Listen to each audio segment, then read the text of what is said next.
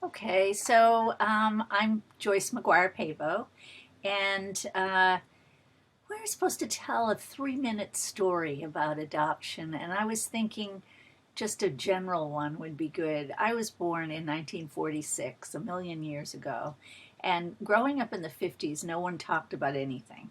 So I was told I was adopted once, but that's not enough for a child. They need to be told over and over again, and they need to make sense of it at different developmental stages.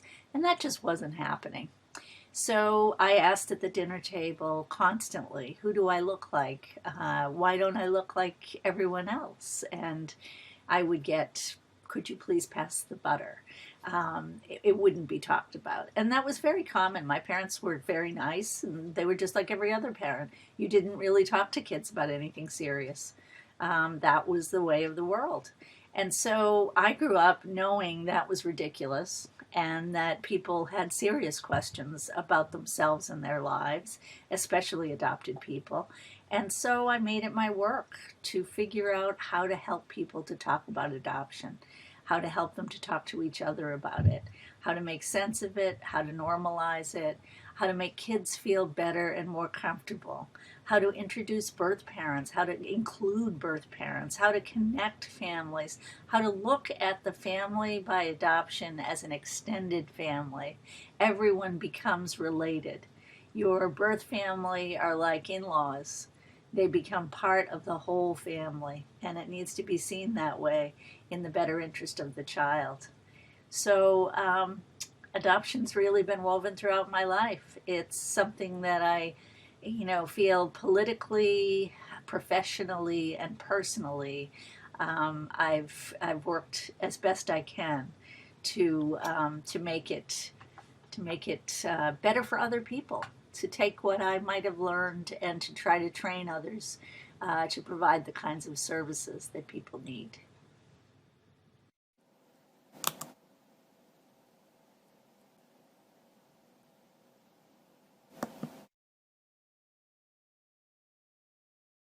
Dear possible uncle, I can't see anybody's real name, so just bear with me here on this. Dear possible uncle, not sure if you received my messages or not, so I'm trying email. I humbly beg your patience as I describe who I am and why I'm reaching out to you. It's a bizarre world, this fantasy world where we live, where we adoptees seem to reside often. And it's all because of the unknown, because of all these questions we have about our mother.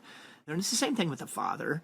So we create these fantasies, these stories, these images. They're not real. They're fantasies. They're ghosts. Hey there, possible sis. Hi, possible half-brother and possible half-sister. Hi, friend of a possible half-brother. Hey, possible half-brother. The weird thing is this whole fantasy world, as I'm trying to ground it, basically it merges with this spirit world of social media, the social media realm. I mean, I just start sending messages out into the ether, emails, messages, text messages, Facebook messages, voicemails. Forgive the impersonal nature of my getting in touch with you through Facebook. Trying to reach out again to see if you ever spoke with your cousin. Thought I'd reach out again, wondering if you're interested at all in talking with me. It's nothing personal. There's no eye contact. There's nothing tangible. We're still basically in fantasy land, right? And how do I know it's real? Hi, possible father. When I met my mother, and she told me it was rape, well, what do you think that did to my fantasy, my father fantasy? I am here right now looking for the truth. I couldn't accept that fantasy anymore. I had to ground that fantasy. I had to make him real. I want to know who my father really is. If you're him, I want to know you and where I came from. I mean, really, in the end, we do. I mean, that's what we want. We do want reality. We want something tangible. I mean, not only to feel whole, but to feel rooted. Thank you, Brian.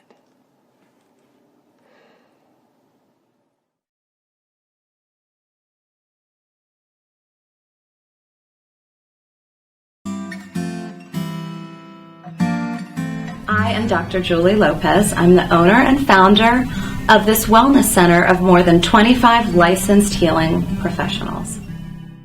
During my mid-20s to early 30s, I worked at the DC Rape Crisis Center. One of the complex issues that I developed a sensitivity and an expertise in working with was families where the survivor of a violent experience ended up having a child as a consequence of a rape.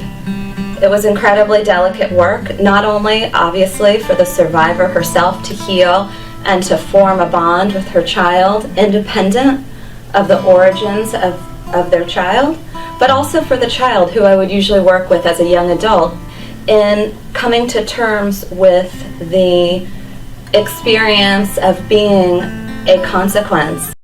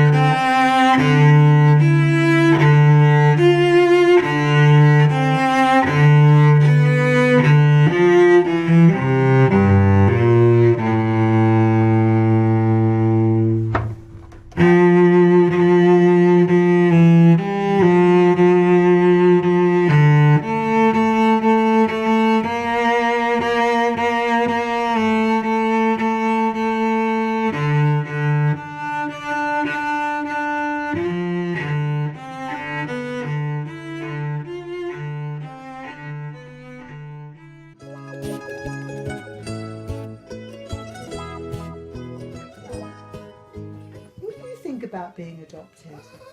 Do you like being adopted? I chose you. You are so special. Oh, now you're ignoring me. I know you just want a treat. I know what you want, one of those peanut butter treat things, right? Anyway, you're my baby! How else do you think it affects you? Affects me Do you personally? think I don't think that do you- affects me. It doesn't affect you. But How do you think it affects me? How do you think me not knowing my father affects you?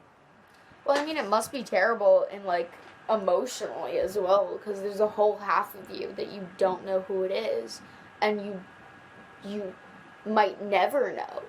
And I'm so used to having a dad, like, even though you guys are divorced, and I'm so used to having grown up with a dad and having, like, a dad just right around the corner. Like, you never had that besides your adopted parents. But it's different. Like, you're never gonna know your flesh and blood, or you're not gonna know if he will. And it's the small things too. You're never gonna know how he laughed. You're never gonna know how he smiled. And must feel terrible. And so many people feel this way because of adoption and stuff like that. And it's sad. Do you think that as an adopted mother, I parent you differently because of being adopted? Do you think? Well, I don't know. I haven't been parented by anyone else. Like, that one decision for, like, giving up your child, like, you don't know what that, like, child is going to do. But, like, that one decision that you have affects so many people. And then, like, Pat's like, okay, her, like, thought is getting a little bit bigger. And she's like, okay, this is, like, the choice that I made. And then, like, here's my life. Like, here's the child's life. And this person is an adult. And, like, they, like, lived a life. And then you have children. And then Pat's, like, thinking is getting even more wide, because she's like, okay, by this decision I had this child who had other kids, and this is, like, how my decision is affecting all these people.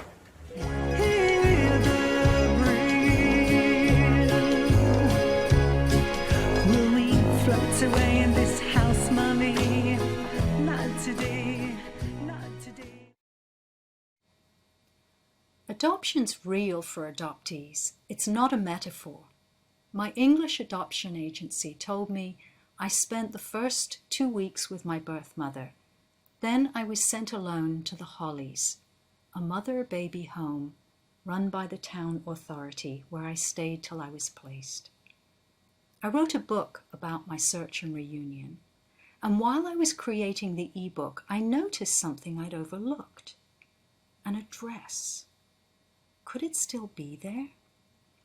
I jumped on Google.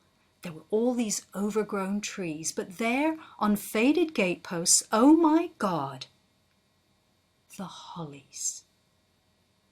I decided on my next trip to England, I would go see if I could find it.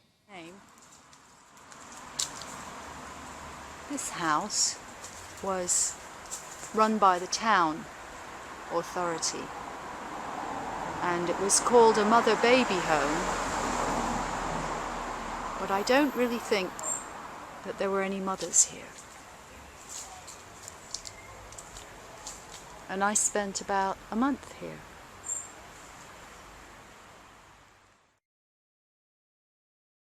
My adoptive parents have no idea where I was between August 15th, 1970 and August 25th, 1970. Nobody knows where I was. I was probably less than 2 months, so I have no idea where I had been. The moment where you kind of wake up to to what it really means to be adopted, and for me it was when when I'd had my first baby, and my adoptive mother sent me my christening gown, and in that pack for my daughter, and in that package was a picture that I had seen my whole life, and it was the day that they got me and they picked me up. I had seen it many, many times, and I flipped it over, and it had the date on it, which had probably always been on the picture. But all of a sudden, here I am with my 5-week-old daughter and thinking about all the time in the hospital and bringing her home and just the whole bonding that we had already been through. And all of a sudden, 2 months meant something really different to me. All of a sudden, I was like, where was I? What happened? It wasn't easy going back to that decrepit place, but each puzzle piece helps me feel more grounded, more human, more here.